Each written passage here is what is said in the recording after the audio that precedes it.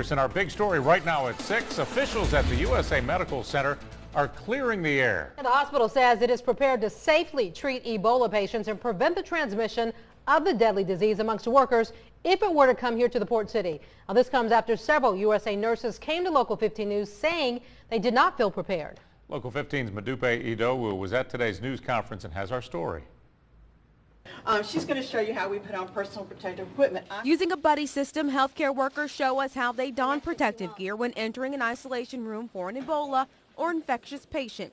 An extra measure in place to keep workers safe. As her buddy, she's ready to go. The same technique USA Medical claims it used when it had Ebola scares. It treated several patients in isolation. We've had a couple of patients that were from Texas and from the Caribbean that came in with, there was some concern over. They all checked out, but it's the what if Ebola comes here that has many caregivers concerned. 26-year-old Dallas nurse Nina Pham contracted the disease taking care of the late Thomas Duncan. Recently, nurses who didn't want to be identified claimed the hospital has not trained them on how to safely treat Ebola patients. Medical Director of Infection Control, Dr. William Kevin Green, says otherwise.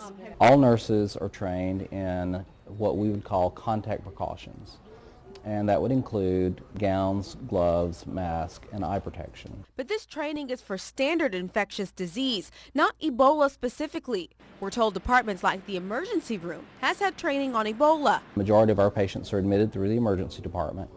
They have a questionnaire both there and admitting, have you traveled in the last 30 days? Green says the hospital is following all the ever-changing guidelines set by the CDC and has a mandatory safety fair for all its workers to attend, not just healthcare providers, to learn how to prevent the transmission of the disease.